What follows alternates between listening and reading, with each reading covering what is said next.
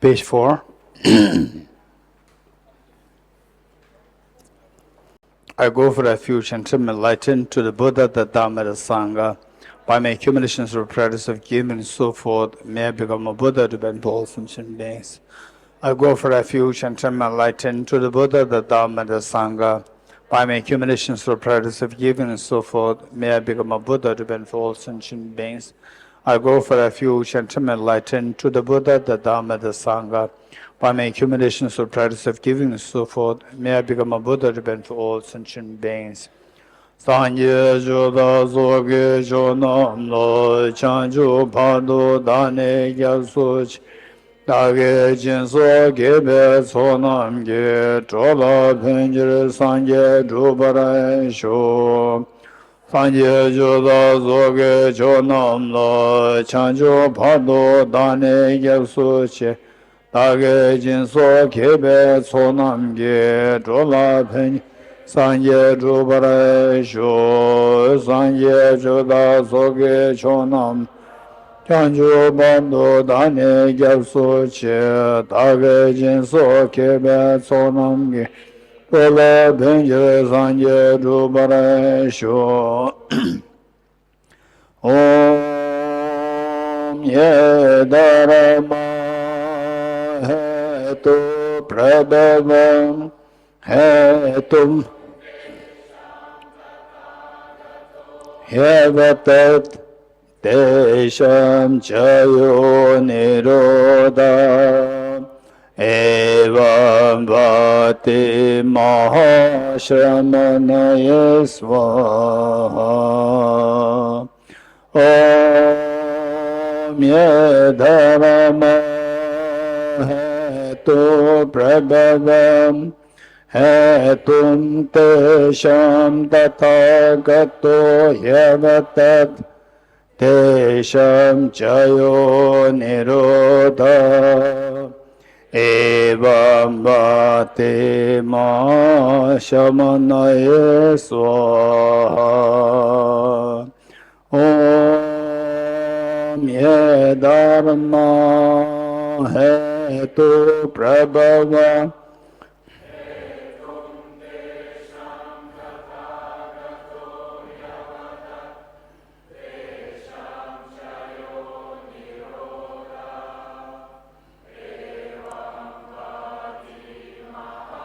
Sharamanaye Swaha. All phenomena arise from causes. The causes are taught by the Tathagata. The cessation causes well is about grace here.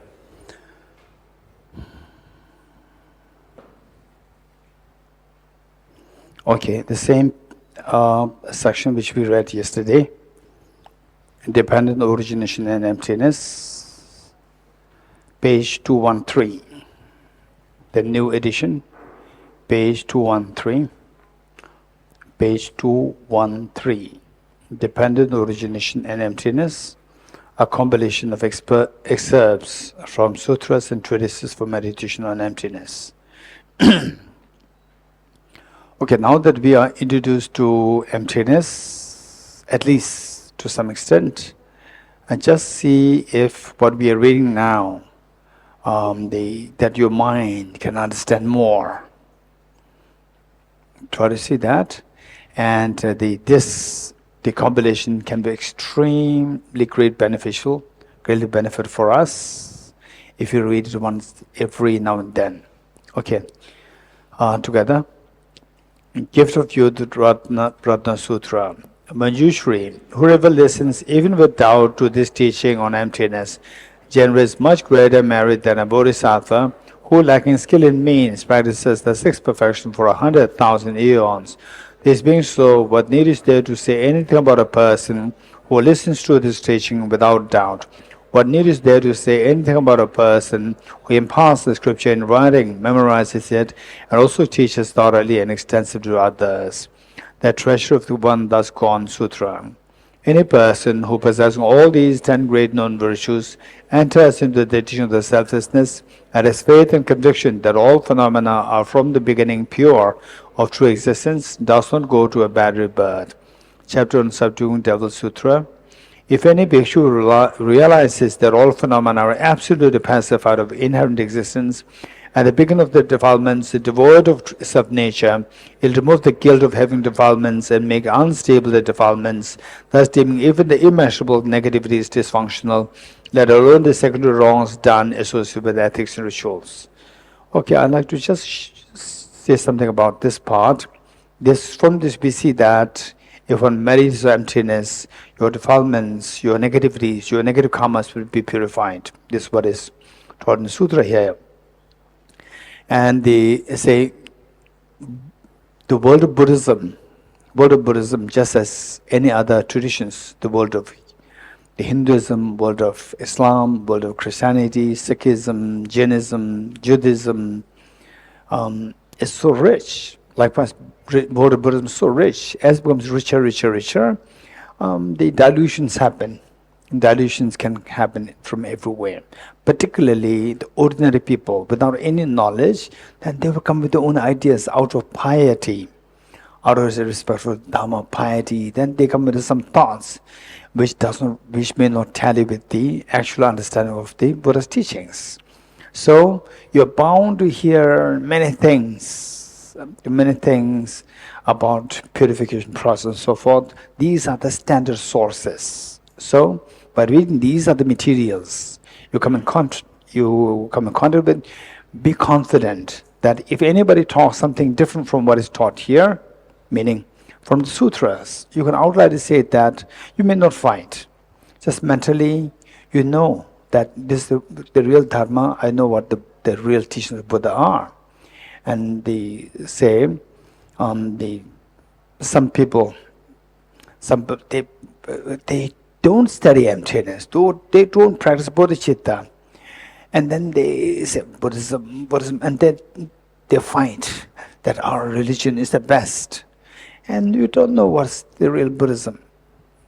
So therefore, you are bound to meet with such people, and particularly, say, I don't know whether the last time I mentioned this, that people, but if you are not good in Buddhism, nobody will come to you and say, who's your root guru? When you become pretty good, you talk about the philosophy, emptiness, bodhicitta, psychology, then they'll ask, who's your root guru? And then you have no idea what is root guru. You're getting it? Then the person will say, hey, you don't have any root guru. Who will ask? Those people who are half-baked. Those who are half-baked, they will ask you this question, who's your root guru? They know that you are learned, you have good education of Buddha's teachings. Then they say, I have no clue. What is root guru? You don't have root guru. You're going to get, no, I don't have. Oh, without root guru, you cannot become enlightened. Right? Then you'll not know anything. And who's your guru? Oh, this is my root guru, 1, 2, 3, 4. And they'll come with big names. You're getting it? And then they say, so which means without root guru? But I never learned in the Bodhicitta retreat, root guru, right? No, you must have root guru. Then you also, if your mind is not firm based on sutras, then you also become root guru hunter. You also become root guru hunter. You getting it? And then fanaticism will come in. And then I'm Sakya, I'm Kakyu, I'm Giluk, I'm Nyingma. All these things happen. Without knowing the Dharma, the one thing you learn is the fanaticism. This is very dangerous. So therefore, what is important is that, say, for the Guru, if ever you come across such person, who's your root Guru? Just say that I have no Guru. My root Guru is Buddha and His Holiness the Dalai Lama. As simple as that. You're getting it? Buddha and His Holiness the Dalai Lama. You don't have to say anything. Full stop. No. Which tradition you belong to? Which tradition? Just say I belong to tradition of the Buddha. This was what happened many years ago. I was in the Gagal airport, Dharamsala airport. And there was one lady, perhaps American lady. If there's any American lady, I don't mean to diminish. I met with many of such people everywhere in the world, not only America.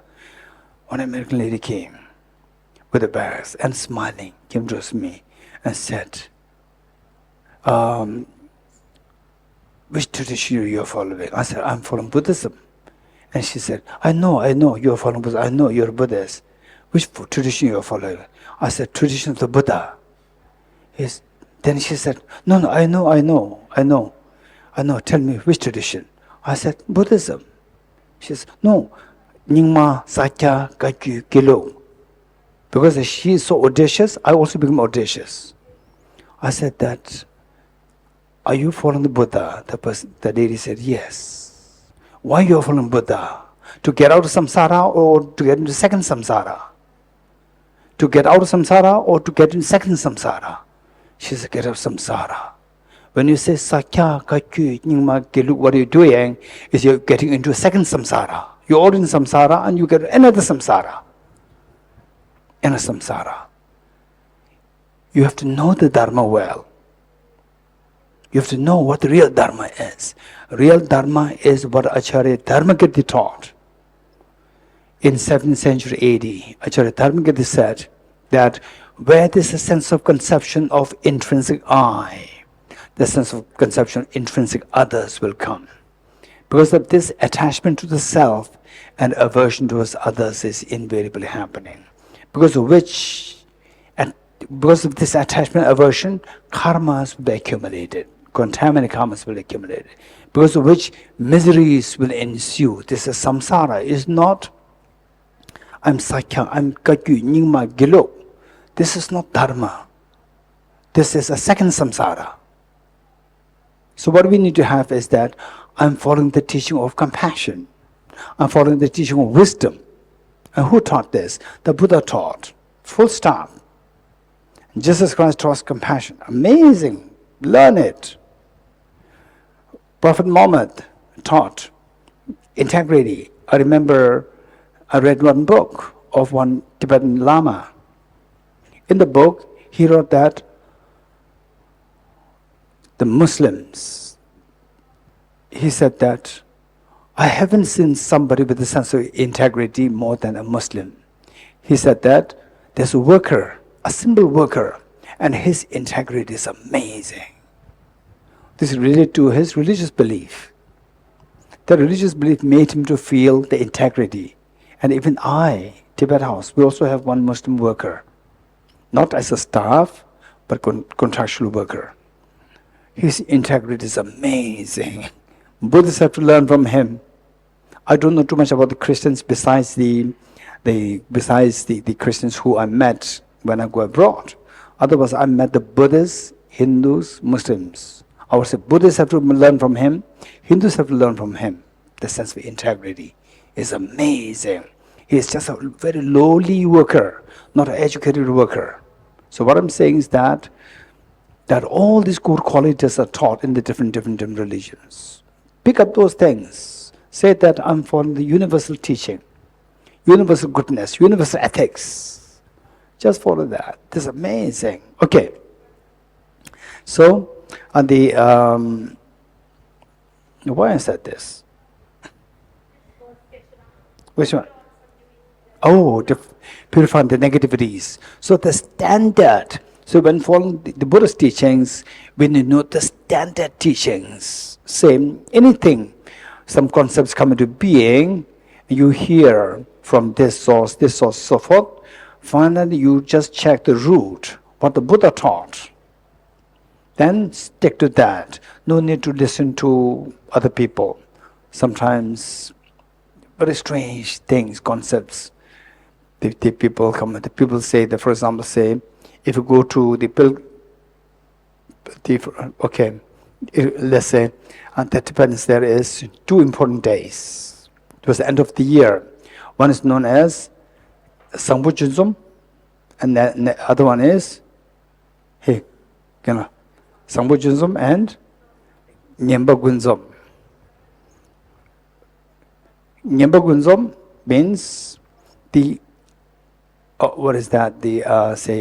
unwholesome day or the bad omen day.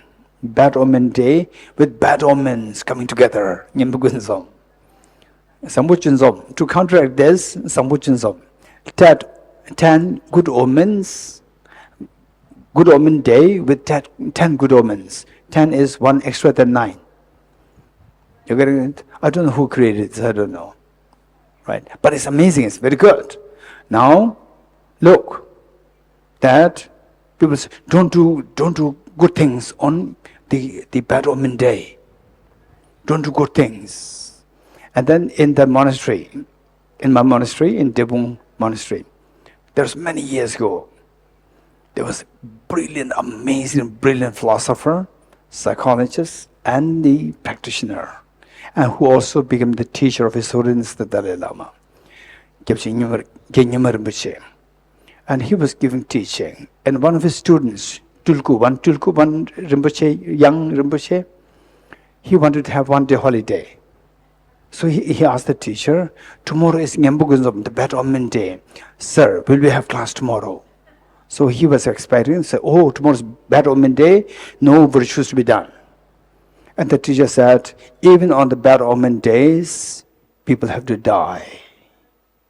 People die on bad omen days, good omen days, both. So bad omen days, better you die with 1 extra virtue. That is bad day or good day, it doesn't matter. Take 1 virtues with you before you die. This is what he said. These are the common senses. These are real Buddhism. So therefore, say the common folks, they just spread rumors about what is Buddhism and so forth. Don't trust me easily. You're getting it? Always check the root, what is said by the Buddha, in terms of purification. No, this is what the Buddha taught. This is what the Buddha taught. Say, if any bhikshu realizes that all phenomena is absolutely pacified of inherent existence, meaning that nothing exists inherently, or nothing exists objectively, and the beginning of defilements is devoid of self-nature. The defilements, right from the beginning, there's no intrinsic nature. It will remove the guilt of having defilements and make unstable the defilements. You will purify the defilements by seeing the emptiness nature. So it says that wisdom of emptiness is the supreme of all protection from the negativities. This is what the standard books say. So therefore, it is very important for us to try to understand emptiness. In our past lives, in this life, how much negative karmas we have accumulated, how much negative karmas we accumulated, how much we have created problems on our parents who love you so much, and unintentionally we create so much problems on our parents, showing anger towards the parents, making them unhappy. And likewise, the people who you love, how much pains you have created on them. I remember when I was little, I must be age 9 or 9. And one day I was so upset with my dad. And he loves me so much. And of course, I loved him so much. One day I was so upset with him. So what I did was that he has a jacket. He had a jacket, and I put in the blanket, I brought his jacket, and I torn his jacket. Being angry towards him. So what I'm saying is that these are the things which we did when we were immature. Even after mature, you can really make parents unhappy by shouting at them.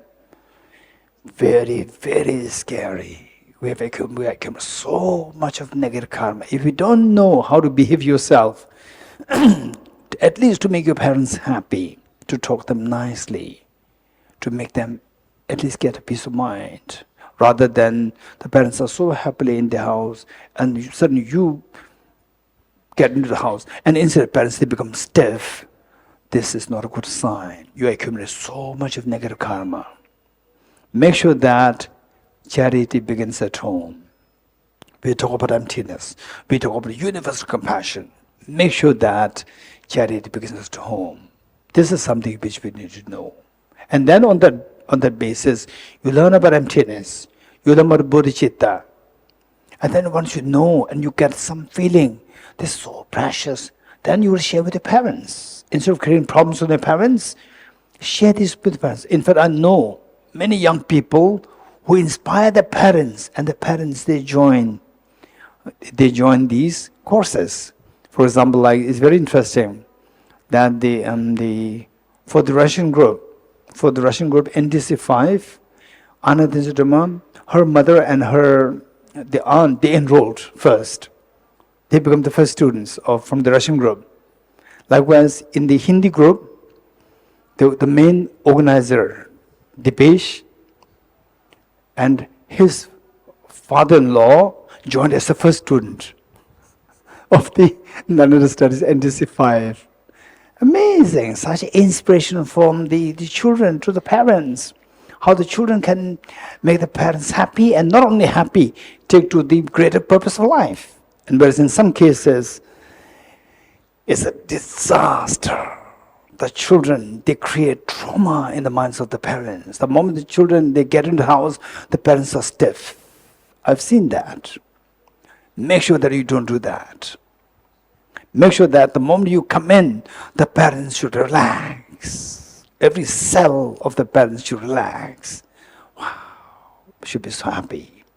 And then on top of that, then you take them to a greater purpose of life, rather than just leading the ordinary life, ordinary comfortable life, higher level of life. So this is what we can do. Okay, with this mind, what do you do now? Do you see? Can you see? Okay, Ravello, can you open the door?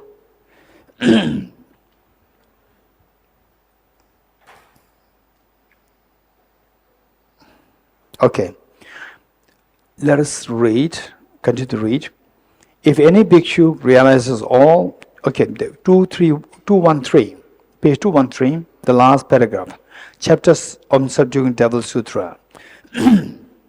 If any bhikshu realizes that all phenomena are absolutely pacified of inherent existence, and the beginning of defilements is devoid of self-nature, it will remove the guilt of having defilements and make unstable the defilements, thus deeming even the immeasurable negativity is dysfunctional, let alone the secondary wrongs done associated with ethics and rituals.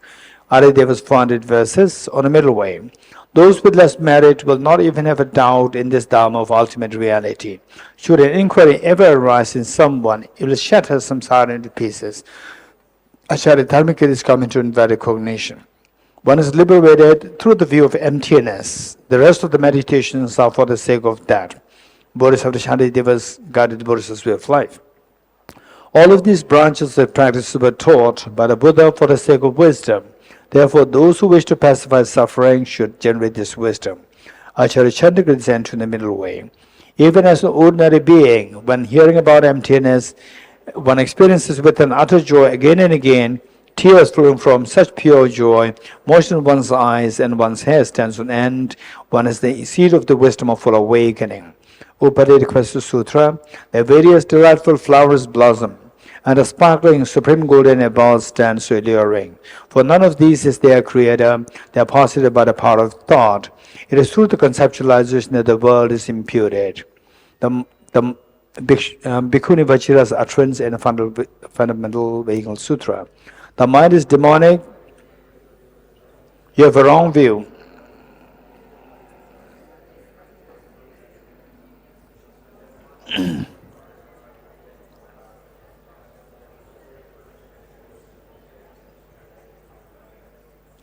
Venerable Shavara's writings. Searching for reality throughout the space, one finds not the periphery nor the center. All perception sees completely. Likewise, through the thorough search of mind and phenomena, one finds not even an atom of essence. Since the searching mind is not found, not seeing anything is seeing the reality. As Saint Saraha's writings, by entering into emptiness and devoid of emptiness, by entering emptiness by devoid of compassion, one will not find the supreme power. By meditating upon the compassion alone, one will not attain the liberation but remain in samsara. The one capable of grasping the unity of the two will not remain in samsara nor but in personal nirvana. Okay, let me quickly explain this. What we learned earlier is that we require the two wings of the bird to cross the ocean of the mental defilements, so that the treasure of the ultimate treasure happiness will be awakened. The two wings are the wing of wisdom and the wing of compassion.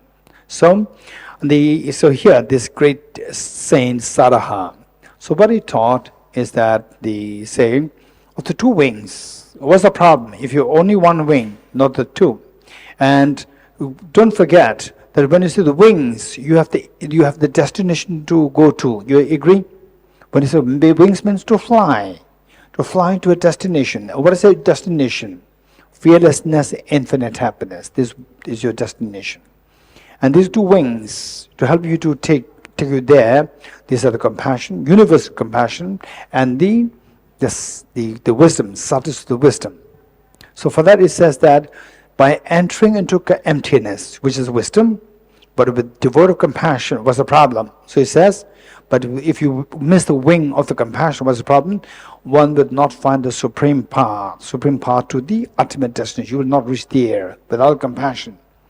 Because the supreme destination is full awakening, where your mind will expand infinitely.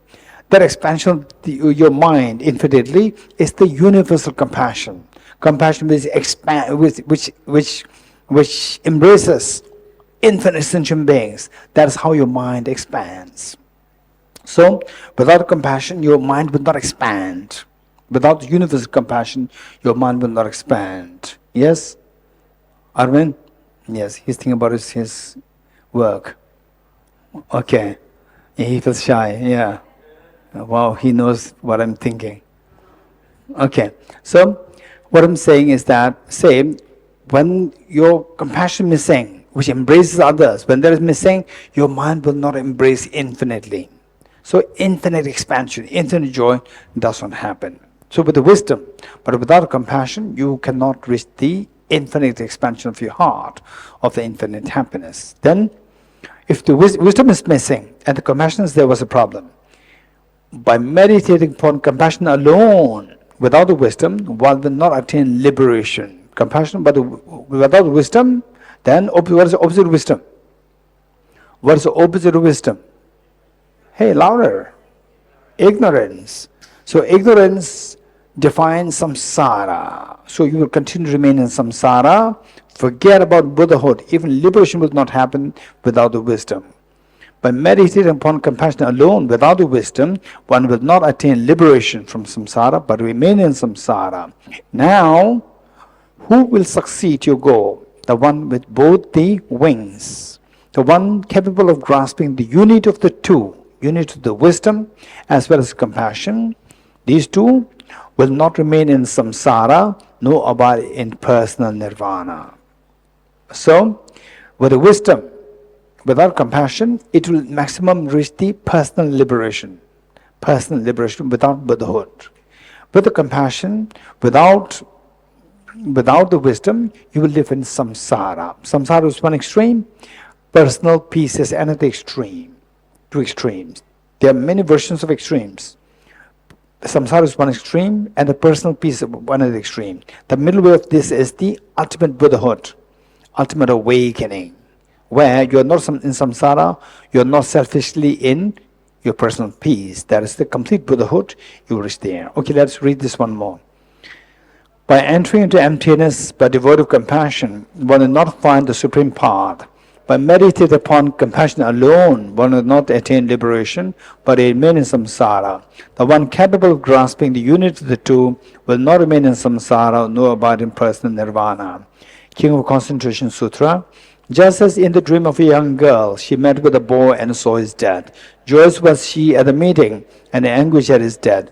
View all phenomena as thus. Okay. So this is again a very important verse which the Buddha taught. Same, it says a young girl, not only young girl, it can be a young boy also. Same, young boy, young girl. I would say, what is the grace of infatuation? Just constantly think about the other gender. You agree? Yes. Because Leon was with me for several retreats. He knows that I would be more happy if he's the loudest. Answer is loud. Okay. So do you agree? Yes. Okay. So this is the same. Without seeing the emptiness, what's the problem? We become the servant of the emotions. Without emptiness, we become the servant of the emotions, not knowing that we become the servant of the emotions. How? Say you as a young boy or a young girl, say age 16, 17, 18, 19, 20, and say that you are hunting for the opposite gender. You are hunting for the opposite gender, right? You understand what I'm saying? And then say then you fall asleep and you dream of meeting with the opposite gender of your age, younger or older, whatever. And then you go to a cafeteria. No, Starbucks. You go there. Wow, Chelsea's so happy. Right? Exactly, this is what he said, right? Okay, you go there. And then you order Coca-Cola. Right? And Coca-Cola, you order 2. But you deliberately put your, what is that? Stock? What do you call it? Straw. You put straw in the other's Coca-Cola. Same straw. And then, not on 2 straw, but with the same straw you have. It's so full fun. You getting it? This is some sound yes? True, not true? Okay. This is very important. This is very important. Don't think that I'm saying something obsolete or I'm saying something obscene. You getting it? Then what happens? That the girl or the boy, right? Both of you are just in the peak of your fantasy, right? Peak of your fantasy. And at that time, at that moment, what if you ask the other person will do that for you? What if you ask, hey, 2 kilometers away, I'm a little headache, go to buy paracetamol, person will run. The other person will run. I've seen that actually in my life. I'm not exaggerating it. Then for 2 months, you ask paracetamol next door, you say, you go. That's the next phase. So what happened? And then at the peak of this, at the peak of excitement, the opposite gender, the other person, the boy, the girl, start coughing in the dream. Coughing and collapse and dies. And you, in your mind, the whole world collapses. There's no purpose of living anymore, right? Why should I have to live? Your life shattered completely, right? And then your mother wakes you up. You're so happy that it's all dream. Your mother saves you from being collapsing, being dark, but collapsing, seeing the whole world is meaningless because opposite gender to whom you love so much dies and you see life is so meaningless. And your mother wakes you up. You're happy, not happy? Huh? Very happy, extremely happy.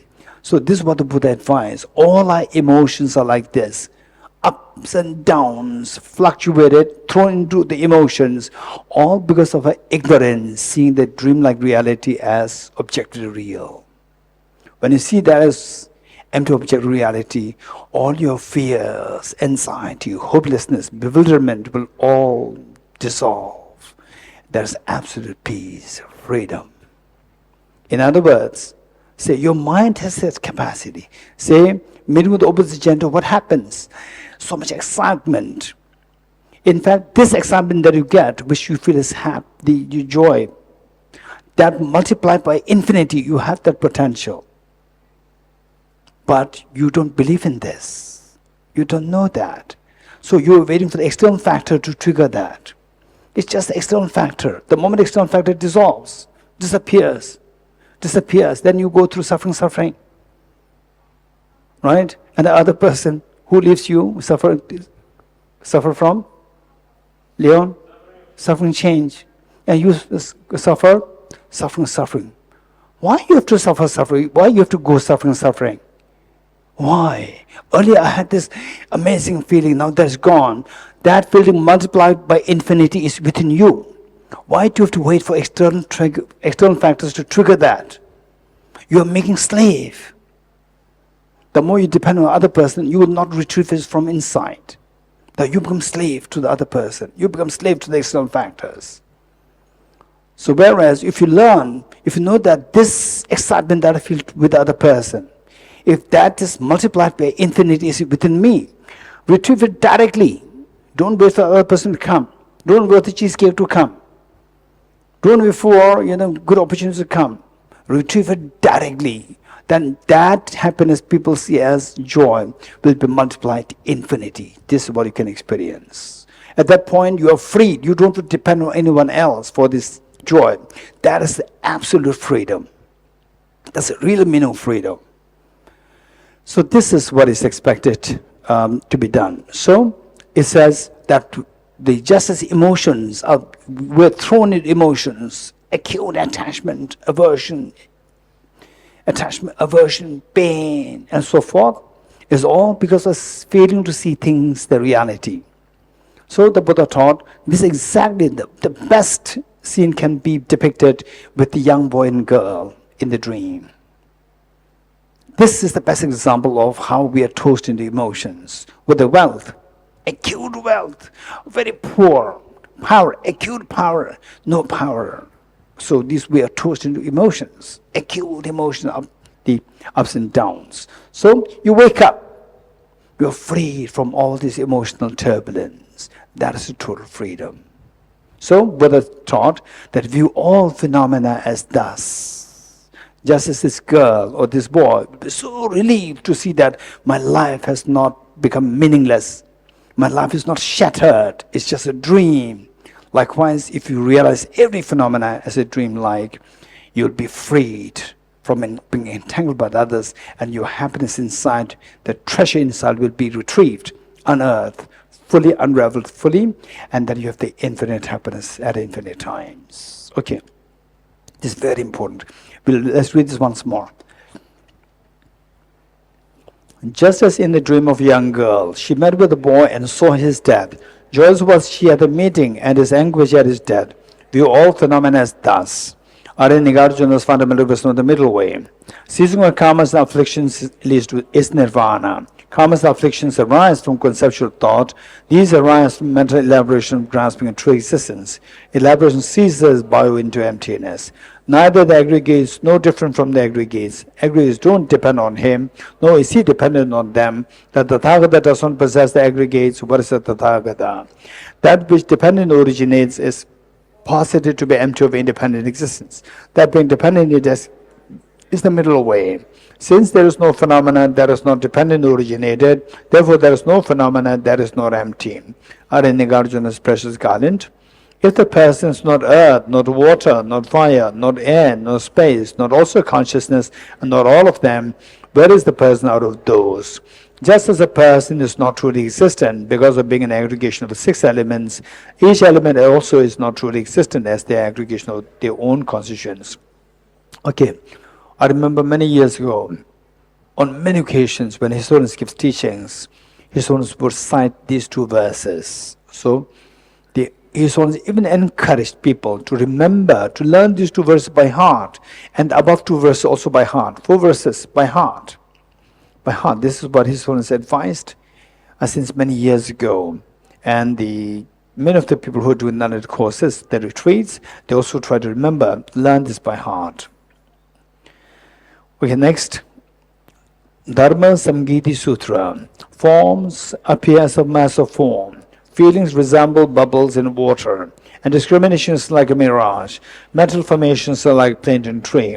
Consciousness is like a magical illusion, so taught Surya Mitriya. Arya Nagarjuna's comment on the awakened mind. Those who understand the emptiness of phenomena, they also conform to the law of karma and its results. That is more amazing than amazing, that is more wondrous than wondrous. Arya Deva's 400 verses. When dependent arising and seen, ignorance does not occur. Thus, through all efforts, try to find this subject. His Holiness, the 7th Dalai Lama's rain shower of feats, a song of the 4 mindfulnesses as a guide of the view of the middle way. At the crossroads of the 6 collections of consciousness, that diverse perceptions are seen the hazy dualistic phenomena which are baseless. There is a magical show that is by nature deceptive. Don't believe them to be true, but view them as having the nature of emptiness. Don't let your mind go astray, but place it within the nature of appearance emptiness. Through not losing mindfulness, hold it within the nature of appearance and emptiness. The sphere of appearing and existing phenomena is pervaded by the space of the ultimate clear light of suchness. There is an ineffable ultimate reality. View the nature of emptiness through abandoning mental contrivances. Don't let your mind go astray, but place it within the ambience of reality. Through not losing mindfulness, hold it within the ambience of reality. His Holiness, the 14th Dalai Lama's prayer for proliferating the Dharma of the land of snows. Okay, so this is, His Holiness said, composed this text, short text, for the proliferation of the Buddha Dharma of the different Tibetan traditions, Sakya, Kagyu, Nyingma, Gelug. And this section is the one for the Kagyu tradition. This Kagyu tradition. And because this is something which is extremely powerful, I selected this. I kept it from the Kagyu tradition. I added it here because this is very, very powerful. And it says, Venerable Marpado Sawa Shebe Dorji. Shebe Dorji refers to just Milarepa. Shebe Dorji is Milarepa. And the first verse is the invocation of the great masters of the Kagyu tradition. And then the second verse is the actual meaning. What is Mahamudra? That is what it indicates. And so here this is could be auspicious on the land of the Buddha's full enlightenment. That we talked about subjectivity. And subjectivity has many layers, as we discussed. And one layer which we did not really touch earlier is that for example, let's say that your eyes are okay. How many have that problem? That they say you see some bees. There are no bees actually, but you are seeing. Okay, how many of you had that experience? Okay. Usually it happens to 45 plus. 45 plus. You getting it? Leon, you're not 45. Huh? I see. Real or not real? Perception. Eyes. Okay. So how many had that problem with hands? What's happened? You're not 45. Oh. What happened? This group is a very special group. Young people have this problem. Usually this problem happens to elders. My teacher used to say that. Okay, now I'm seeing B. My teacher would say that. I'm seeing B. It's here, right? And then I could not understand it. I was in my 20s. I could not understand it. Then gradually I hit 30. I hit 40. One day I saw B. You're getting it? Then I was just trying to catch it. Not with the hand, but with my eyes. Like this. It moved there. It moved there. It's a buzzing bee. And then I ignored. Come back. And again, one day, then I realized, okay, now I hit 40. You're getting it? Okay. So, the point is that this is nothing. There's no real be there. It's just your mind. Your mind, whose radiance manifests in the form of the bee. You're getting it? Okay.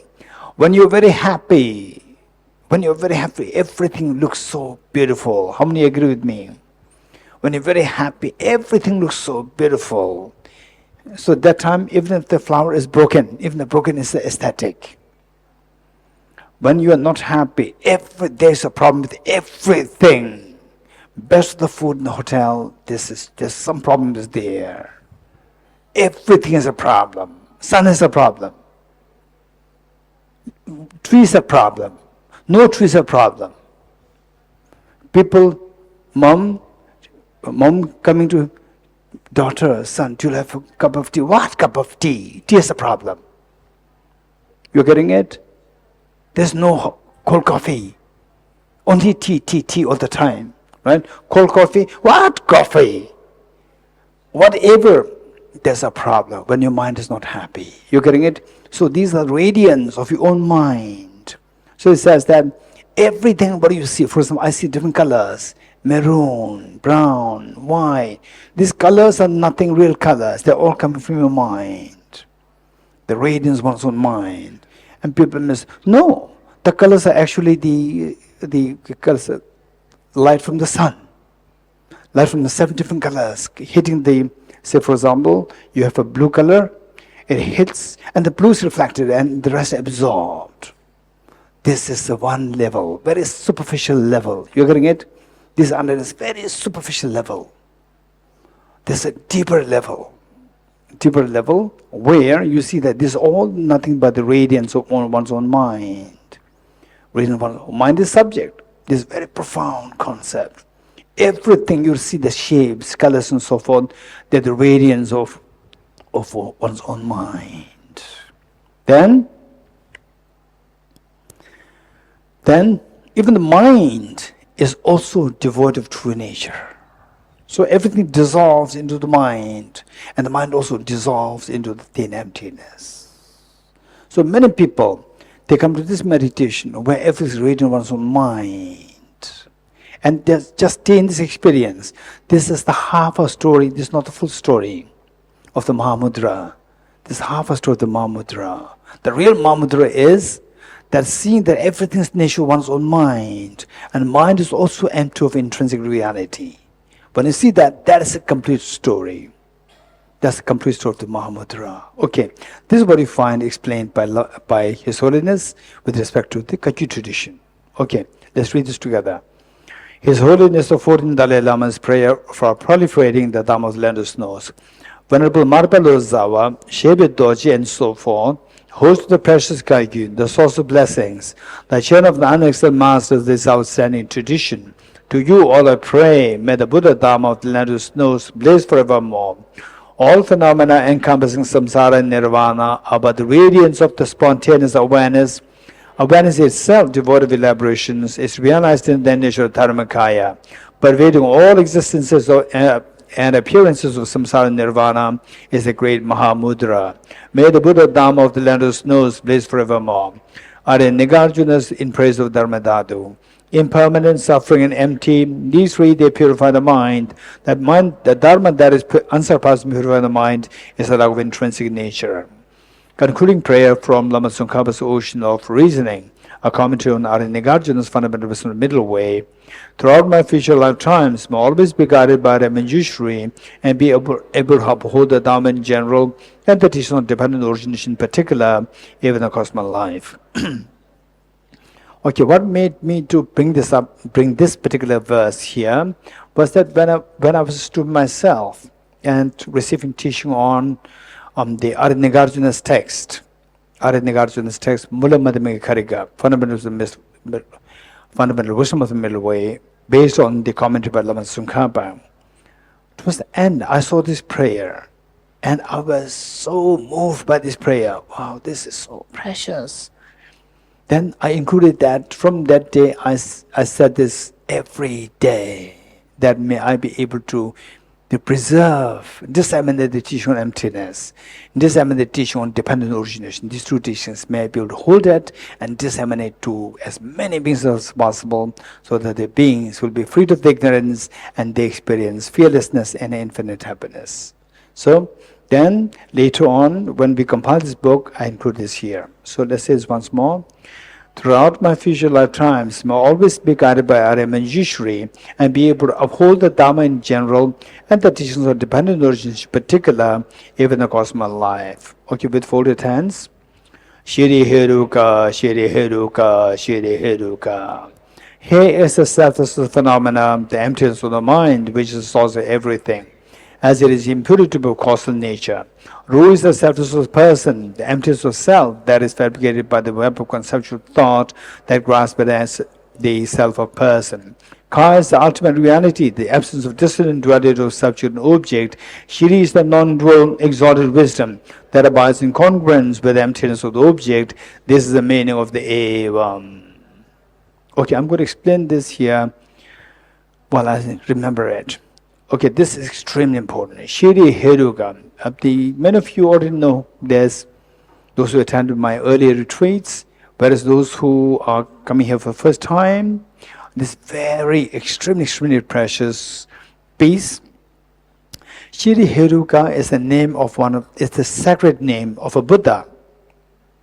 Buddha Shakyamuni, he manifested in different forms of Buddha.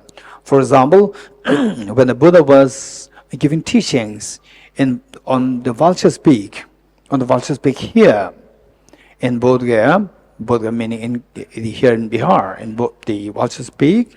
Simultaneously, Buddha manifested in himself in the form of Shri Kala Chakra in Amaravati in South India, simultaneously. So those beings who have the capacity, who have the karma to receive teachings from the Buddha of the Shri Kala Chakra teachings, they will all receive teachings from Buddha who manifested in the form of Shri Kala Chakra, the deity.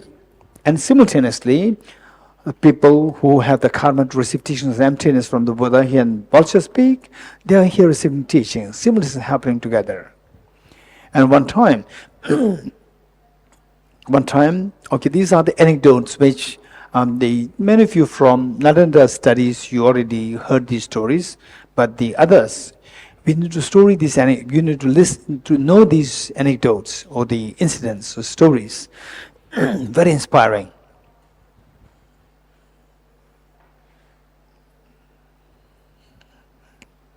Okay. One time, the Buddha's disciple. Okay, you see that on the Buddha, on the two sides there are two monks. You see that? And the two monks, why two monks? Why these two monks are so special? Why? This question. Because the one on the right is Shariputra, who we have been discussing in the context of the Heart Sutra. One on the left is known as Arhat Mukulyana. The right one is Arhat Shariputra, both of Arhats. And why Shariputra? There are so many Arhats as the Buddha's disciple. Why Shariputra is very special? Because amongst the disciples of the Buddha, Shariputra was renowned for his most excellent intelligence. Let me repeat it. Shariputra is known for his most powerful intelligence. And Mukulyana, the other one on the left side, he is renowned for the one with the greatest of the miracle power amongst the Buddha's disciples. So two. Then the Mukulyana, he wanted to check the Buddha's quality. It says that Buddha's quality, one of the qualities is that Buddha's voice. That whosoever has karmic connection with the Buddha, however distant you are from the Buddha, you can still hear the Buddha's teachings. It doesn't require loudspeaker. And you can hear you can hear the voice at the same volume, wherever you are. So Mukulyana, because that he had incredible karmic connection with the Buddha Shakyamuni, and having miracle power, he has the capacity to go away from the teaching site. And he could still hear the Buddha's teachings at the same volume. He went away from planet Earth, still hear that. He went away, and suddenly he ended up in a very strange world system. Very strange world system. Of course, not in solar system. Must be somewhere in the Milky Way galaxy or some of the galaxies. And in what way that world is very strange was that in that world also there were the monks. There was a Buddha there, the monks there. And the monks, the human being, in that world system, the size is 400 times our size. So we are a miniature, very tiny toy. So all these monks, they saw a tiny monk there, very tiny, cute monk. So they were picking Mukulyana up like this, putting him on their hands like this. They're playing with him. They were so amazed to see a tiny miniature monk. And the Buddha warned these monks, hey, the monks, don't play with this guy. This guy is from planet Earth. And he's the one known for his miraculous power, miracle powers. Don't play with this monk. You cannot play with this monk. And then put him back. Then the Buddha advised Mukulyana to perform miracle. Then he increased his size 400 times the size of these monks. And these monks were so amazed. Then the Buddha asked him, what do you want? Why did you come here? What do you want? And Mukulyana said, I don't want anything. Okay, How many of you, for example, say, how many from, let's say, how many of you know India Gate in Delhi? Oh, very good.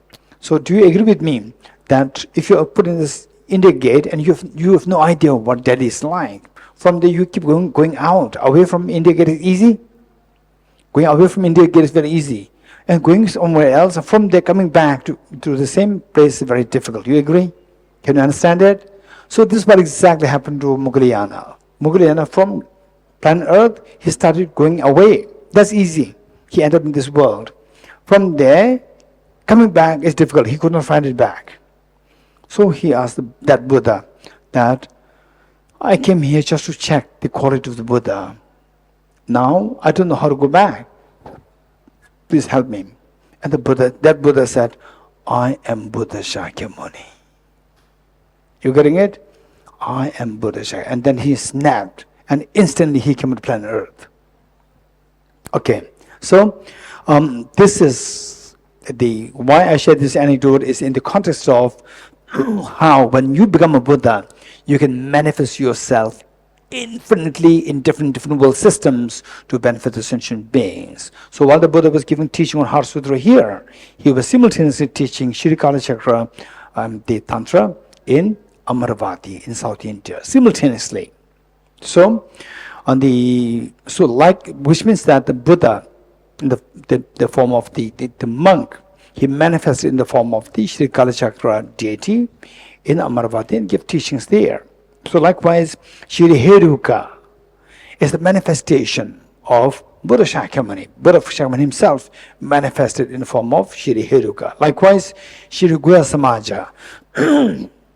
Shri Gaya Samaja, Buddha himself manifested in the form of Shri Gaya Samaja, the deity, that King Indra Bodhi.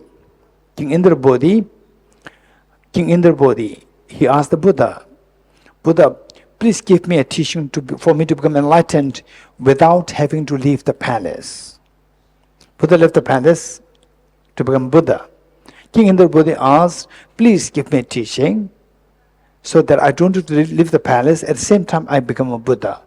Instantly, the Buddha manifested in the form of Shri Gaya Samaja and give teachings to him. So he became the first heir of the Buddha, first teacher next to the Buddha, with respect to our having the practice of Shri Gaya Samaja. King Indra Bodhi is our first teacher next to the Buddha. Okay, so Shri Heruka is one thing. So with Shri Heruka, the Buddhas, how they choose their names, that is not for their own name, this is not for their own fame. It's just to benefit the beings. Just see, Shri Heruka, how significant, how meaningful the name is chosen by the Buddha who manifested in the form of Shri Heruka. So here we see that there are 4 syllables. Shri Heruka. Okay, now I'm explaining this. Shri Heruka. There are 4 syllables there. Now what do is that we do it Heruka Shri. Let me repeat it. Heruka Shri. Okay, so don't forget this the layout that I created. Don't forget this. Keep this in mind. Say that, okay, just tell me a problem that you have in your mind. One severe problem, fear, anxiety, unhappiness, sadness, whatever. Somebody volunteer? Somebody resents? Just say, tell me some problem that you had in your life. Anyone? Quick. Just share with us. Anyone? Anyone resents? Yes. When? 3 months ago. What happened? If you I want don't to know share. the trigger, but Okay, you don't know the trigger. but it Okay. just yeah. Okay. Any other incidents in your life? Okay, so what a thought came to me that I wanted to achieve something in my life, but I couldn't. That was 3 months ago. Huh. So before that, no problem. No, before that it was there. I realized it 3 months ago. No, before My that. goal was not met. Okay, good. Valerie, you want to share something? Don't share the same thing. Ну, как я поняла, что моя основная проблема — это неведение, цепляние за «я».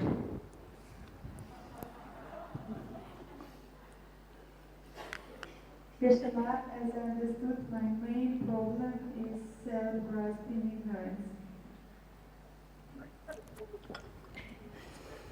That's amazing. Anyone, a specific problem? Any specific problem? Presents? Yes.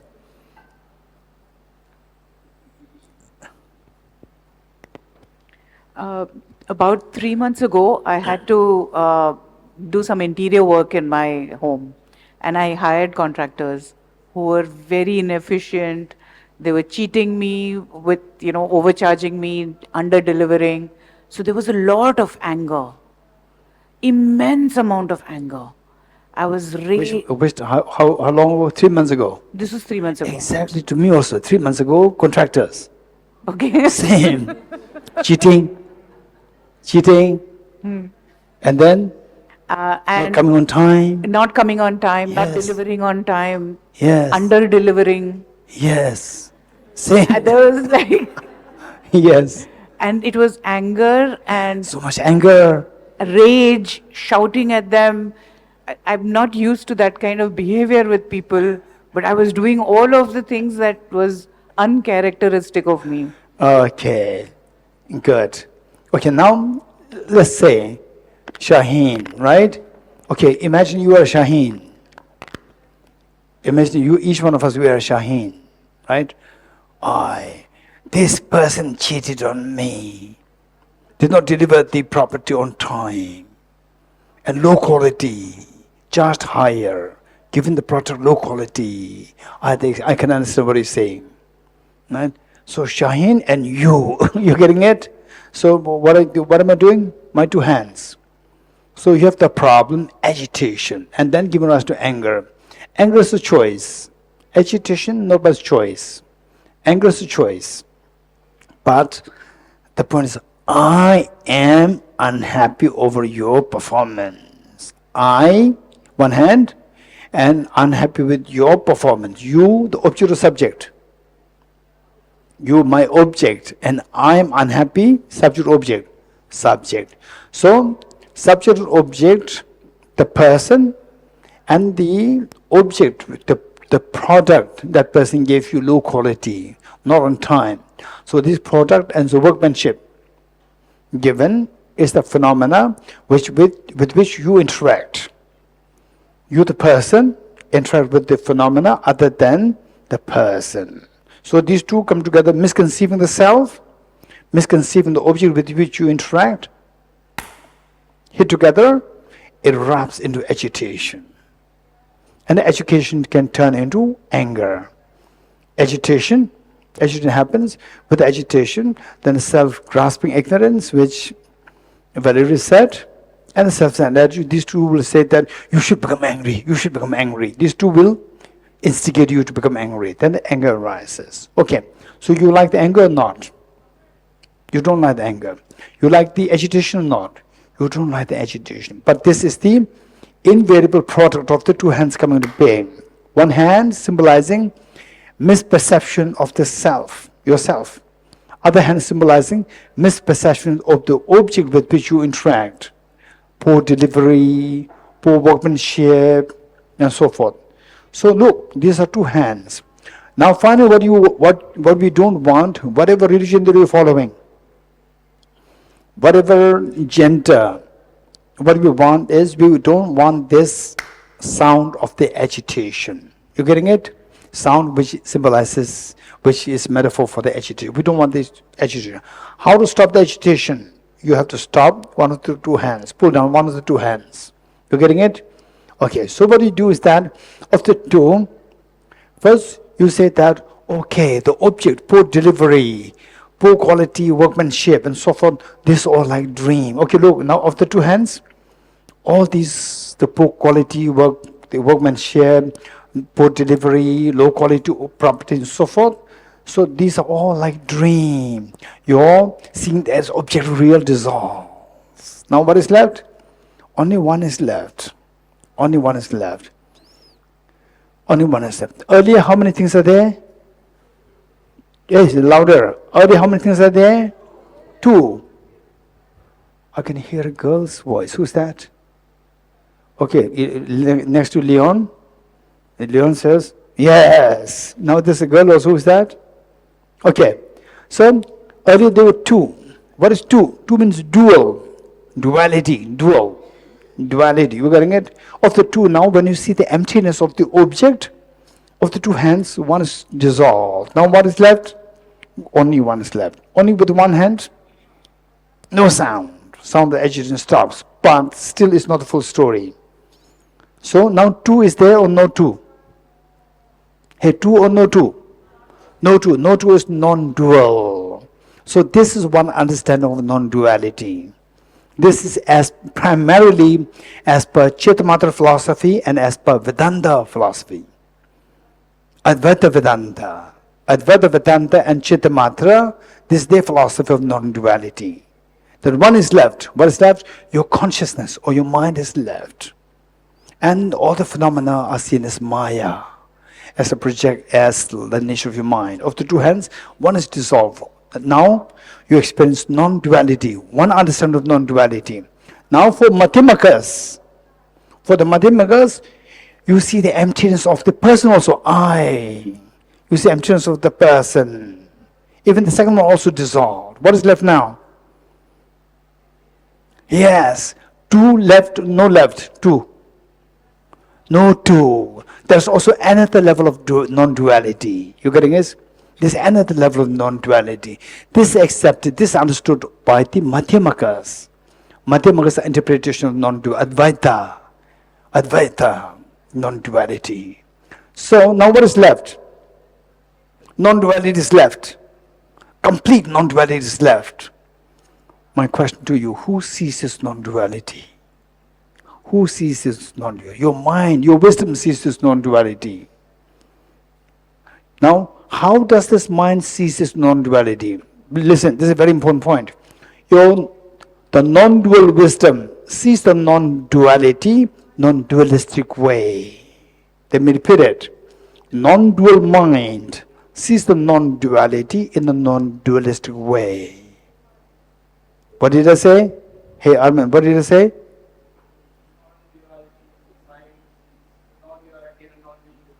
Very good. Thomas? Very good. Daria?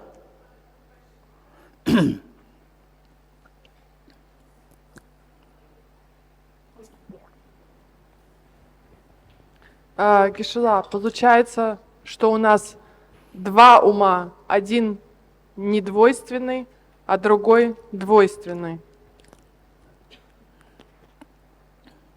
Okay, so that I have a question. By this kind of reasoning, we can conclude that we have 2 types of mind. One type of mind is non-dual, and the second type is dual. Very good. Okay, thank you. So what I said is that, so first is what? First is the emptiness of the phenomena with which I interact, the person interacts, emptiness of the phenomena. And next is emptiness of the person, 2. Number 3 is, what is left? Non-duality is left, number 3. Number 4, who sees the non-duality? Non-dual wisdom sees the non-duality. How? Non-dual wisdom sees the non-duality in a non-dualistic way. You understood it? How many steps there? 4 steps. What's the first step? Emptiness of phenomena. Second, emptiness of the person. The selflessness of phenomena. Number 2, selflessness of person. What is next? Number 3, non-duality as the object is left. Number 4, subject. Non-dual wisdom sees the non-dual object in a non-dualistic way. The non-dualistic wisdom as the subject sees the non-duality as the object in a non-dualistic mode. Let me repeat it. Non-dual wisdom as a subject sees the non-duality as the object in a non-dualistic way as a mode. Non-dualistic mode, MOD, mode. Okay, how many understood thus far? How many understood thus far? Okay, how many are busy writing thus far? Yeah, you want to write? Right, continue writing it. Let me know once you're done. Okay, CJ, you have a question? JC? Yes. Don't read it at the moment. You're writing or you are reading? You are writing. Okay, last one. Okay, last one.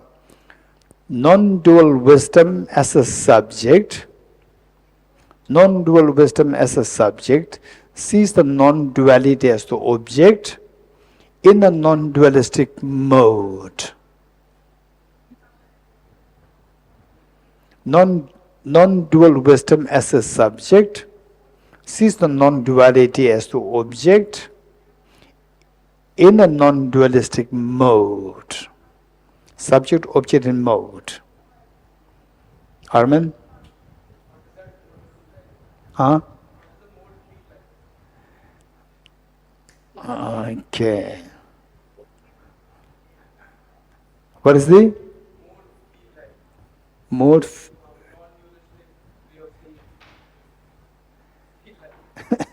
So for that you have to see emptiness. You're getting it? Okay. Say, if you put on the blue glasses on, and I say the Mount Kailash is white, Mount Kailash is white, then you ask me, what is like to see something as a white? I will ask you, remove the blue glass. Then you will see the white glass. You getting it? Okay, good. Yes. Okay, no question for the time being.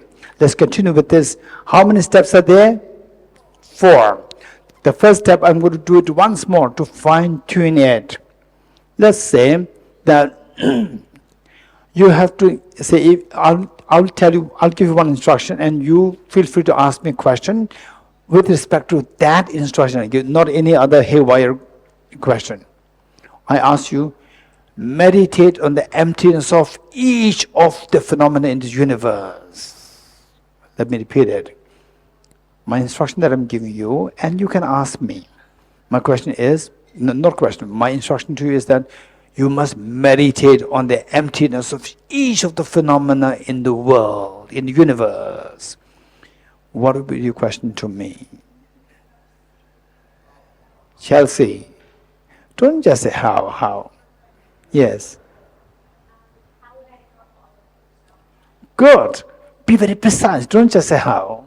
Right? Irresponsible person. How? Say, how will I see every phenomena? There are countless numbers of things in the universe. My life would be too short. How will I know all these things? You're getting it? Okay. So for this, then here it says that all these infinite things of diversity that you see in the universe, they are nothing but the radiance of one's own mind. Say, in the mirror, in a small tiny mirror, from distance you look at it, you see all the trees and everything in this tiny mirror. If you want to say get hold of whatever you are seeing in the mirror, don't be bewildered. Don't be overwhelmed. There are so many things there, huge trees. How can I? No, just grab this mirror. Grab this mirror. Whatever in the mirror, you see in the mirror is in your hand. You agree? Likewise, all these are like the reflection in the mirror of your mind. All this infinite number of things that you see in the universe, they are the mirror, reflection in the mirror of your own mind. In other words, these are all the radiance of one's own mind. One mind is like the one which makes things to appear in these different diverse forms. Okay, so if you see the emptiness of the mind, that suffices seeing the emptiness of all the other phenomena. If you get hold of this mirror, you get everything what is reflected in the mirror, reflections in the mirror. So the first line says, okay, now let's see.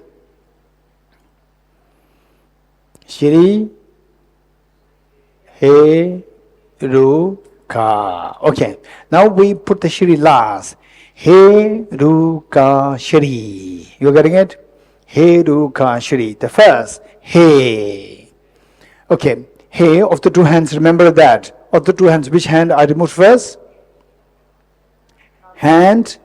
Misperception of the phenomena as the misperception of the selflessness of the phenomena. In other words, you have to see the selflessness of phenomena by seeing the emptiness of the mind. Phenomena meaning phenomena other than the person. Don't forget it. Phenomena means phenomena other than the person, not phenomena in general. So first, of the two hands, by seeing the selflessness of phenomena, you dissolve the first hand, which misconceives the reality of the phenomena. So, He Ruka, He. He, when you recite the He, remember that this is the meaning of the selflessness of the phenomena, emptiness of the phenomena. Of the two hands, one is removed. He Ru. Ru is the selflessness of the person. Ru is the selflessness of the person. The other hand is removed. Ka. What is left? Hey, number 3, what is left? Non-duality is left. This is Ka. He Ru Ka. And what sees this non-duality? Non-dual wisdom of yours sees that. Non-dual wisdom is the Shri. You getting it? Non-dual wisdom Shri sees the Ka in a non-dualistic mode. That is Shri, which is your non-dual wisdom. How many of you got it? Minimum 60%. Raise hands. 60 or 40%. Raise hands. How many got it? Good. Okay, now let us read this and see if you can understand something from what is written here. Okay. With folded hands. Shiri Heruka, Shiri Heruka, Shiri Heruka. He is the selfless of phenomena, the emptiness of the mind, which is the source of everything, as it is imputed to both causal nature. Ru is the selfless of person, the emptiness of self that is fabricated by the web of conceptual thought that grasps at the self of person. Ka is the ultimate reality, absence of the dissonant duality of subject and object. Shri is the non-dual exalted wisdom that abides in congruence with the emptiness of the object. This is the meaning of Evam.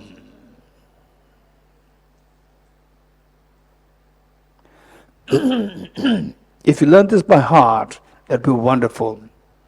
Okay, don't raise a hand for the time being. Listen.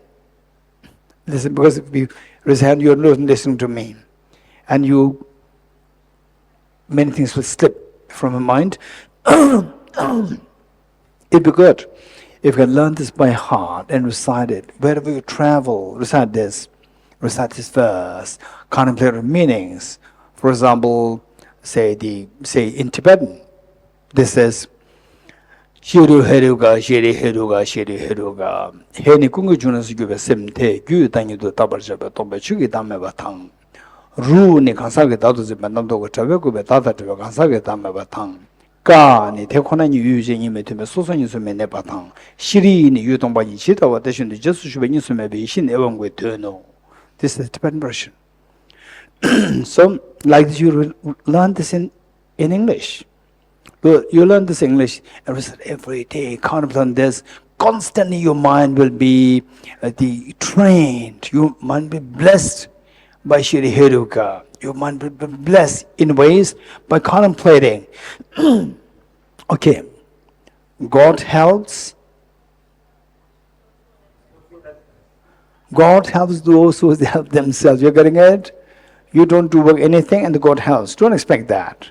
You do something, you help yourself, then the God helps you. Likewise, who really contemplate on these meanings, Shri Heruka will bless you. If you don't contemplate on these meanings, don't expect the blessings from Shri Heruka. You getting it?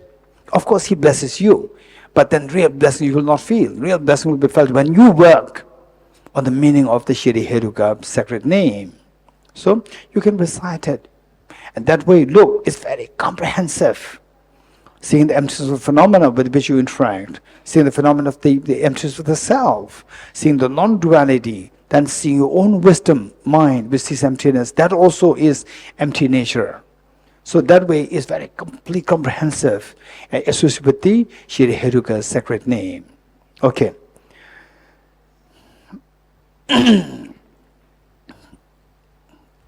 Okay. Where, yes, Peter.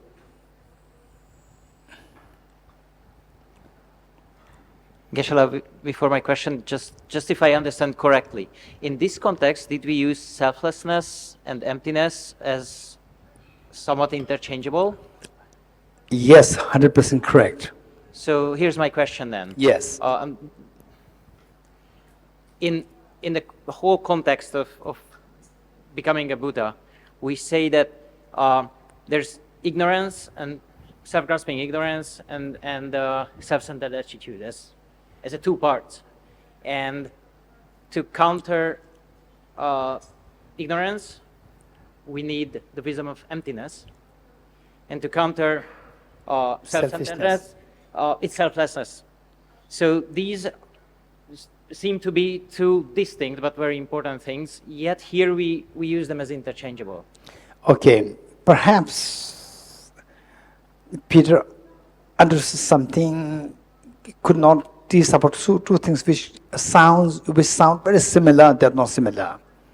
Selflessness and selflessness. Okay, he worked selflessly, has a connotation of compassion. And here selflessness, it has nothing to do with compassion. This is the selflessness in the context of the no intrinsic self. It's nothing to do with this selfless, he works selflessly, she works selflessly. That is related to compassion. You're getting it? It's the same word, but the connotations are different. Thank you, Geshe. Welcome. Yes. Geshe, the other day you asked the question that if we remove both ultimate analysis mind and conventional analysis mind, what is left? Can that be related in any way to this verse or not? No, right? There will always It is related. It's very closely related. Very closely related, yes. Very close. Not only related, very closely related. Okay. Now, what am I supposed to be doing today? No, we do not complete something. Positive, negative phenomena. You getting it? Positive, and also there are some other questions they say still remaining. So let's finish the eternal will, the third eternal will of Dhamma, and there's a verse to be explained. There are several questions that you should be reminding me. Okay, first, we have another 5 minutes before the next class. No, before we wind this up, the first class. Positive, negative phenomena is very important. And there's also another question which says that why did we have to study entities and isolates? You're getting it? This old question also there, so don't worry. Okay, and they're very interesting questions coming up. Okay, I'm probably coming from the young boys. Right? Okay, where is Rishi? Good. Rishi and Arman's question. Collectively. Two very young, hot blood, inexperienced. Right? I'm joking. Right, okay. So very good questions are coming up. Okay. First, let's finish this positive and negative phenomena.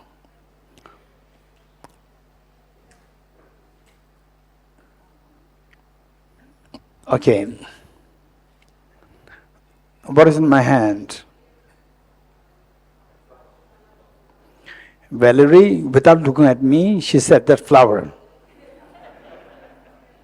You know, because she attended this retreat several times, she knows he must be holding a flower. Flower.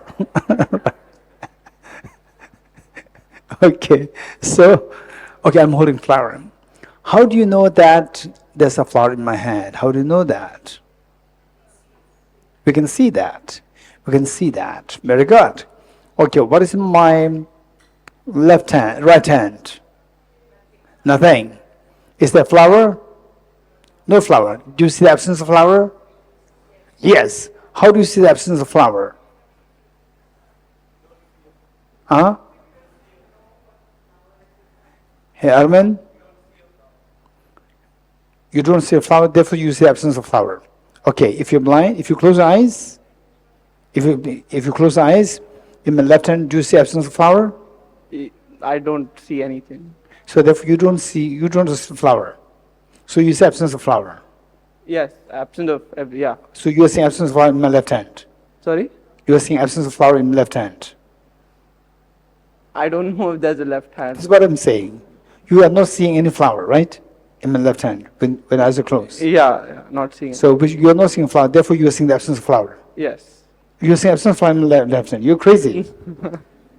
Okay. Simply because you are not seeing something doesn't mean that you are seeing the absence of that. Don't forget, don't mix up two things. Seeing the absence of flower and not seeing a flower, there's a difference. Not seeing a flower does not mean seeing the absence of flower. Okay, so look, do you agree with me? How do you see the flower? I can see that. So here, there's an object there to tell you that I am the flower. You agree? When I say what is in my right hand, nothing. Absence of flower? Yes, I'm seeing the absence of flower. How do you see that? There's no object in my hand to say that I am the absence of flower. There's no object in my right hand to say that I'm the absence of flower. These two are very different. But then how do you see the absence of flower? You see the absence of flower by explicitly negating the presence of flower, that you see the absence of flower. How many understood this? Raise hands. When you say, yes, I see the absence of flower. How do you see that? It is not through seeing some object there. Some object there, I'm the absence of flower. No. You see the absence of flower by explicitly negating the presence of the flower, that you are seeing the absence of flower.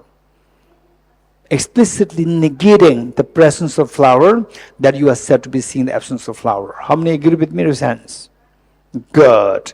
So those things, those objects which you know, which you cognize through explicitly negating the object, of negation, these objects are known as negative phenomena.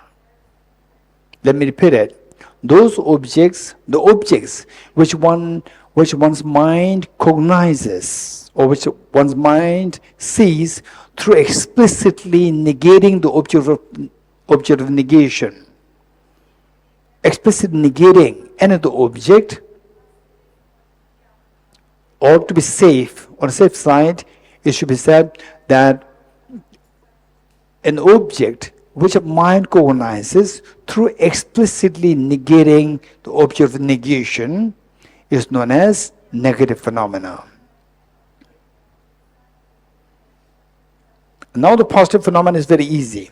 Positive phenomena is a phenomenon which a mind cognizes through not explicitly negating the object of negation.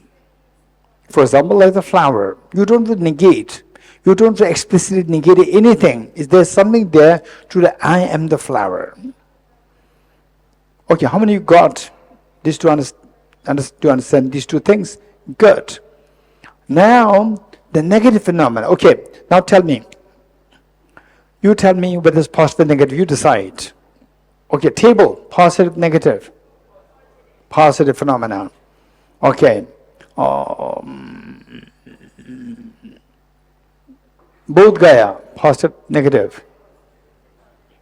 Okay. The unicorn, positive, negative. Unicorn, positive. Hey, who's that? Positive, raise hands. Raise negative, raise hands. Unicorn. Okay, both are wrong. Because it is not a phenomenon in the first place. So positive and negative means it should be phenomena. The first criteria is that it should be phenomena. It should be phenomenon. You getting it? Okay, unicorn, positive, negative. Neither. Very good. Okay. Impermanence, positive, negative. Positive. Huh? Impermanence, positive, negative. Okay, negative, resents. Impermanence, negative. Impermanence, positive, resents. Or what about those people who do not resent at all? Positive, negative. JC, positive, negative. Negative. Neither. That's interesting. This group, this Bodhicitta group, 2024, is surprising me. Giving me very big, unexpected surprises. Right? When it's a unicorn is neither, then even the impulse also becomes neither. It's non-existent. Impermanence is not. Hey, Jesse, are you impermanent or permanent? Okay, that's, look, unexpected surprise. Jesse is permanent. Wow. Conventionally, yeah. Conventionally, I'm permanent now, as of this time. You're temporarily permanent. You're temporarily permanent. Yeah. You're not Say that. permanent, permanent. No. You're permanent, you are impermanent. Permanent, okay. I should be eternal to be permanent. I'm not, I won't be eternal. Okay. Okay, interesting. Okay. Impermanence. Even the big scholars, they debate whether it's a permanent, what is that? Whether it's a positive phenomenon and negative. Some say positive, some say negative. Okay. Flower, this flower, positive, negative. This flower exists, positive, negative. This existence of this flower, positive, negative. This flower is chocolate, positive, negative. This flower is chocolate, positive, negative. Neither, because it doesn't exist. Yeah. Gabor, what happened? No. I said, this chocolate, this flower being chocolate is positive, negative. Neither. This flower is empty of being permanent, positive, negative. This flower empty of being permanent, positive, negative. This flower being empty of objective existence, positive, negative. This flower being empty of objective existence, positive, negative. Negative, very good. Emptiness of the flower, positive, negative. Negative, very good.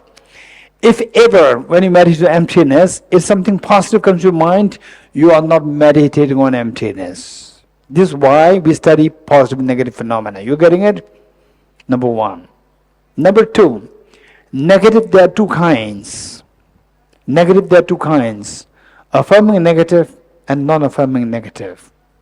Negative, there are two kinds. Affirming negative, non-affirming negative. Okay. If you get a chance, how many you like to apply for His Holiness's His Holiness's what?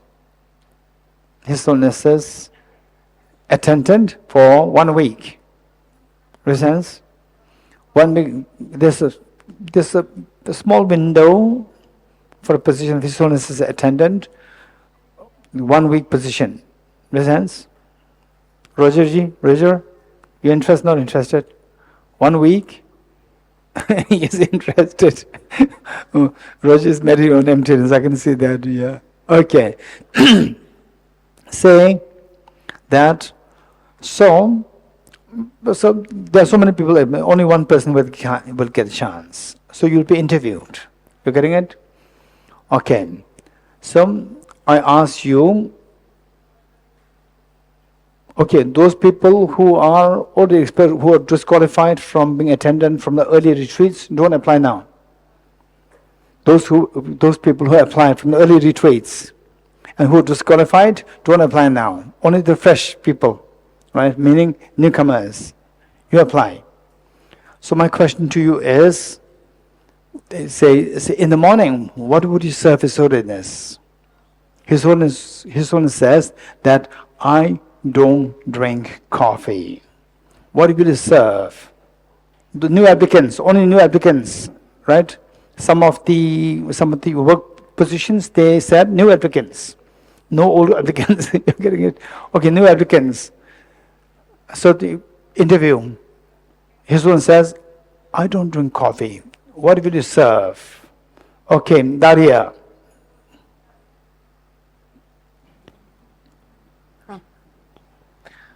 Гешла, я спрошу, а что он любит?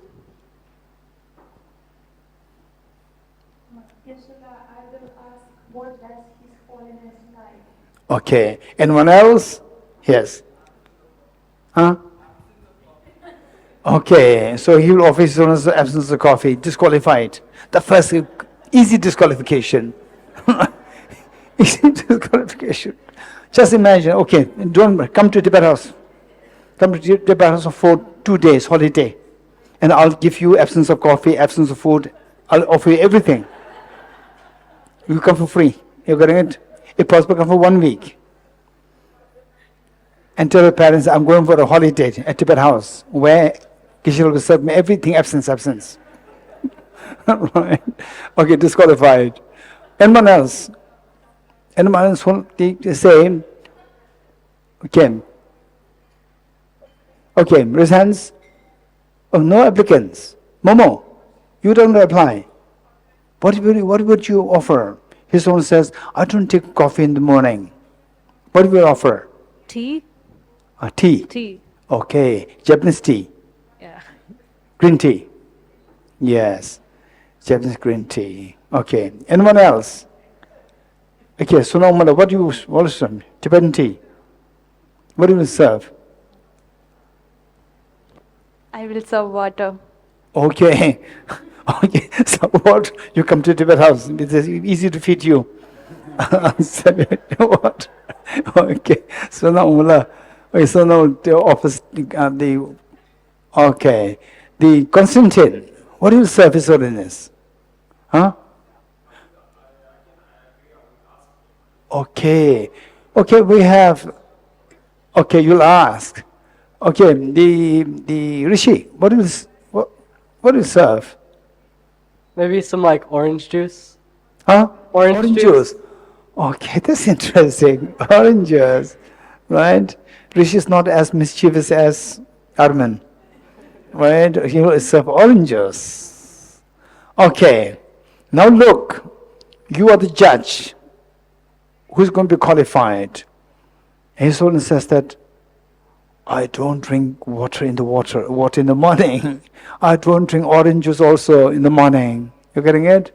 And then I don't drink absence of coffee also. Right? So what do you do? The best thing is ask His Holiness, Your Holiness, what do you like in the morning? This is the best. So, 2 are qualified, Daria and Constantine. 2 of them are qualified. You're getting it? Because when His Holiness says, I don't drink coffee, not drinking coffee, positive and negative. Not drinking coffee, positive and negative. It's a negative phenomena. Negative phenomena there too. When you say not drink coffee, His Holiness does not give any extra information. It's just negate the object negation full stop. It does not give you any extra information. So you have to ask. Okay, now let's say that I'm ordinary person. I'm ordinary person. I don't eat anything in the night. So if you are to give me food, when will you give me food? Momo. I say I don't eat, I'm an ordinary person. I cannot live without food. But I don't eat anything in the night. If you are to give me food, when will you give me food? When will I give food? Yes. When you say you want food. No. Say. So I feel embarrassed. I feel so ashamed to order, ask for food. because I have to beg for food. And you feel so sympathetic. Oh, he's very hungry, but he never eats in the night time. So when will you give me food? I'm a beggar. You say, I'm a beggar, okay. right? And you want to give a food to me. You know that I'm very hungry, but you know that I don't eat food in the night. So when will you give me food? In the morning. In the morning, in the daytime. Perfect. Although I said I don't eat in the night, although I reject eating in the night, but another information is given to you that I eat in the daytime. You're getting it? Whereas when His Holiness says, I don't drink coffee, His Holiness did not give any extra information. So, in the first case, not drinking coffee, it explicitly negates object negation and does not affirm any other information. That is non-affirming negative. Whereas when I say, I don't eat in the night time, I am ordinary person, I have to survive. I don't eat in night time, you have to give the food to me in the daytime. Eating daytime is implicitly affirmed. That is affirming negative. You're getting it? So, how many understood this? Affirming negative, non-affirming negative. How many understood this? Very good. Emptiness is always affirming negative, non-affirming negative. Emptiness is always non-affirming negative. If you think that you meditate emptiness, but what comes to your mind, if there is affirming negative, it is not emptiness. You're getting it? So emptiness must be always non-affirming negative. And in the past, and this explanation, we are so meritorious that this explanation was given by Lama Tsongkhapa. Otherwise, there are many meditators in the past who think that they meditate on emptiness, but they actually meditate on either positive phenomena or they meditate on the affirming negative, which is not at all emptiness. And they spend years and years, but they are not meditating on emptiness. They think they are meditating on emptiness. So therefore, these concepts of positive and negative phenomena is extremely important. Okay. Now, okay, JC.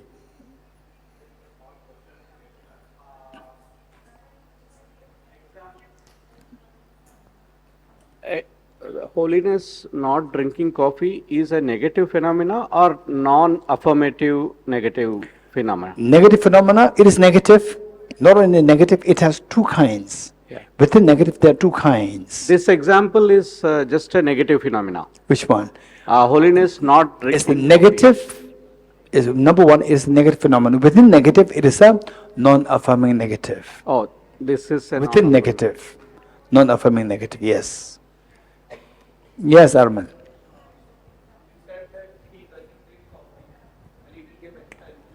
Yes. You don't eat at night, even then you didn't say you eat in the day, right? Yes. So that you could also say you don't eat in the day. Okay. How many you see difference between these two? This is a good question. How many see difference? Not drinking coffee versus ordinary person not eating in the night time. Ordinary person like me, not eating in the night time is a affirming negative. And not drinking coffee is a non-affirming negative. How come? These two should be equally non-affirming or affirming, whatever. They should be just same. Why? There's a difference. This question coming from Arman. Okay, this is Vasala. Geshe, because in the first, when His Holiness says, I do not drink coffee, then he is not affirming anything else that he may drink. Whereas in the second example, if an ordinary person is not eating at night, they are ordinary and they need food to survive, so they are affirming that they eat in the day or some other time, but not at night. But he's not happy. That's assuming they eat. Ordinary. I was an ordinary person. Okay, in that case. And also, same, then the next question would be, he can again come with a counter argument, saying that if you don't drink coffee, you must be doing something else. What is your response?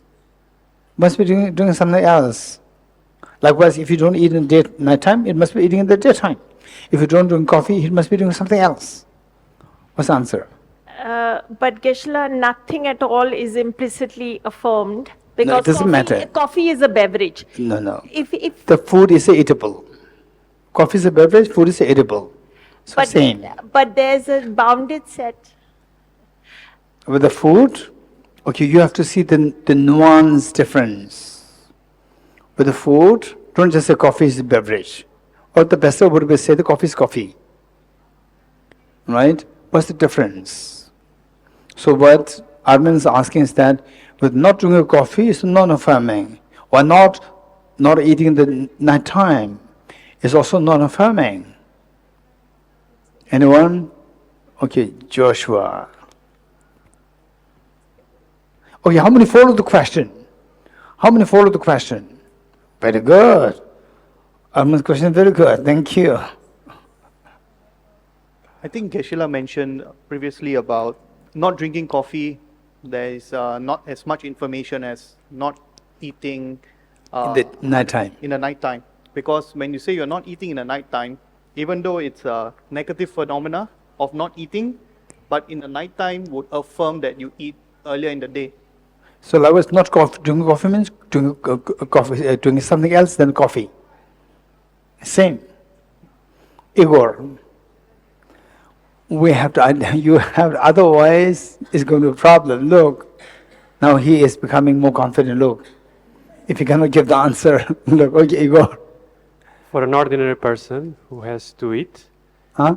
for an ordinary person that has to eat, there is only two options, either eating in the nighttime or in the daytime.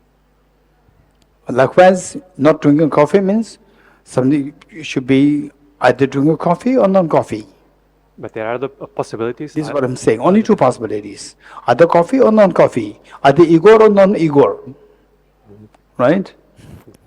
Look, now he is, look, his confidence building up.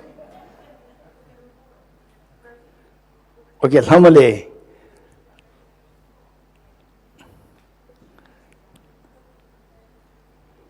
Geshe, I will try. So with Holiness not drinking coffee, when he says that I don't want to drink coffee, so we say that okay, he must be drinking something.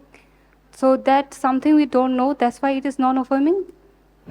I don't know. No, he's drinking something other than the coffee. Other than coffee, we don't know what is that. So coffee or non-coffee, as Igor said. Coffee or non-coffee. Are you drinking coffee or you're drinking non-coffee? Anyone else? Children la, Venerable children la.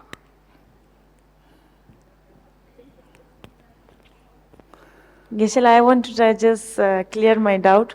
So if Dalai Lama said that I don't Look, want... now the confidence builds up. He's stretching his legs also. Look. This is what happened in Nalanda 2000 years ago. You getting it? There was another teacher who came to debate with Nalanda masters. When he won the debate, he was just behaving so naughtily in Nalanda. Right? We have to give proper answer, otherwise he'll behave like this. Look, now he drank water. Yes. Okay, children. So if Dalai Lama said that I don't want to Drink coffee, then there is nothing left option. Like we don't know whether he want to drink water or tea or juice. Tibetan tea, juice. So that's why it's non-affirmative. But coffee or non-coffee? If he then if he said that I don't want to drink coffee, but I like to have some juice, whatever. So No, what I'm saying is coffee and non-coffee. When you say no coffee means non-coffee, right?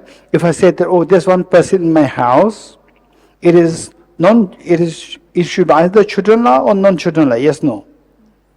If I say it is not children-la, it should be non-children-la. Yes? These are only two options. Okay, Devikaji. Okay, if he cannot give the answer, now this boy will just damage us. In the example where the ordinary person says, I don't eat at night, there's only one other option, which is day. But when His Holiness says, I don't drink coffee, the non-coffee, there are so many options. I That see. is why it is not, that is non-affirming. Okay, then the night, not night, there are so many options. Morning, evening, But they all- afternoon. But morning, evening, afternoon still counts as day. But then all the other options, they are non-coffees. Okay, then he can stretch his legs. Okay, what do you do now? What do you do now? Okay, gade. Right. Momo, you've answer? No. Kim, you've answer? You don't try? Okay, Jimena will try? Jimena, yes.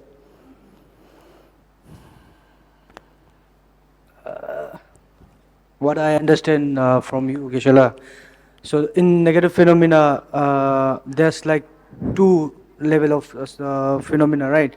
Affirming and non-affirming. In affirming, while rejecting, like this, you won't get any information about the phenomena. Okay. So in non-affirming, sorry. I mean, am I right? Am I right? Very good, very good, very good, very good. Okay. In non-affirming, like you won't get any information. You get it. In affirming, like I indicated you the something, like you will understand that I'm giving us some information. But while rejecting, in both case, I'm rejecting something. But like in other case, like I won't give you any options, like information about the phenomena. But in affirming, like you will understand that I'm giving some information. So what is, he's not happy?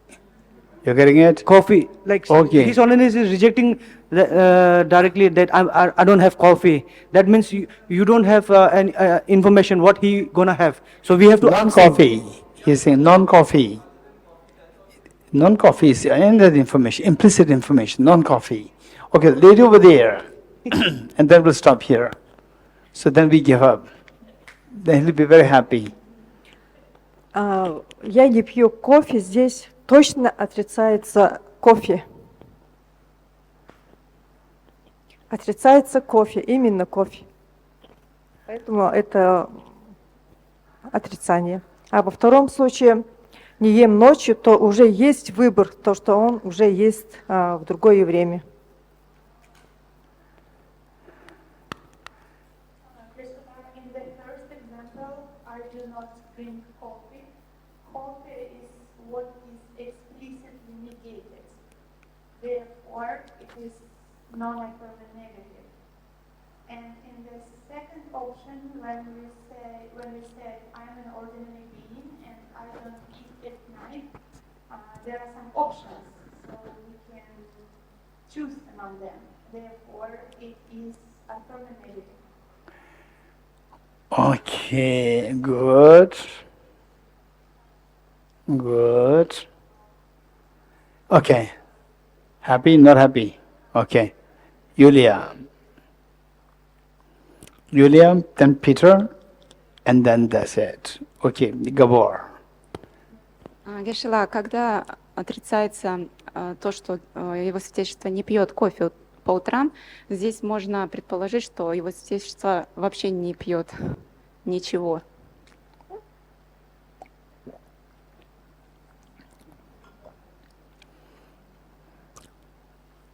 Geshe, in the first example, when we say that His Holiness does not drink coffee, we can conclude that His Holiness doesn't drink anything. Oh, that's okay. Look, he's laughing. Which means that, no, okay. Professor Roger, why didn't you give the answer? You want to give the answer to this question? You want to give the answer? Oh. Well, my understanding is simply that, I mean, what many people have said, that the His Holiness saying, I don't drink coffee is simply a non-affirming negation because we get no further information from it, whereas the statement by the normal person that I don't eat anything at night is an affirming negation, because there's an implication that eating does happen some other time. So his question is, not happy, look at his face. No coffee. When you say, I don't drink coffee, then he must be doing something which is non-coffee. There's also implicit information. Okay, Peter. Okay, so we have to give the answer before we leave, otherwise this boy. I think we partly heard my answer before, just recently, because you have at least two options, because we only are sure that His Holiness is not drinking coffee. That could be non-coffee that he wants to drink, or as another option, he doesn't want to drink at all. So it is at least two different options, which you cannot put in the same category. So it's non-affirmative, because you still don't know if he does want to drink something, which is a non-coffee, or doesn't want to drink anything, which is two different options. So just by stating that he doesn't want to drink coffee, he doesn't affirm what's happening. Okay, Gabor? Actually, my answer is actually the same as Peter. So, like, for an ordinary being, it's not essential for their survival to drink coffee, which means that they can be drinking anything or nothing at all. But for an ordinary being, it's essential for their survival to eat.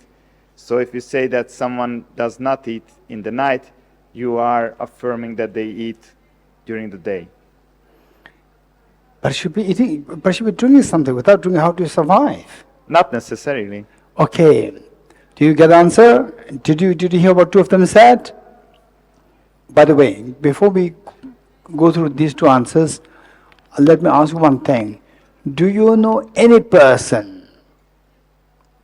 You offer him coffee, the person says no. You offer tea, he will say no. You say juice, you say I don't drink juice. You say water, I don't drink water. What do you drink? I don't drink anything. Did you come across such people? No? I have come across such people. Very complicated people are there who never drink anything. Literally, they don't anything. Just eat food, finished. They don't drink water, coffee, whatever beverage that you ask. They said, I don't drink anything. You guys? It actually happened to me. I've met with these people. So this is the answer. When you say, I don't drink coffee, it doesn't mean that somebody has to drink non-coffee. Because the person can be not drinking at all. Whereas an ordinary person, if you don't eat something, anything to survive, then the person cannot survive. If the person don't set also in the night, then the other option is for survival, it is done in the daytime. Okay, good. Deyata om gate gate paragate parasam gate bodhi Deyata om gate gate paragate parasam gate bodhi swatyata om gate gate paragate parasam gate bodhi swaha. Three processions together.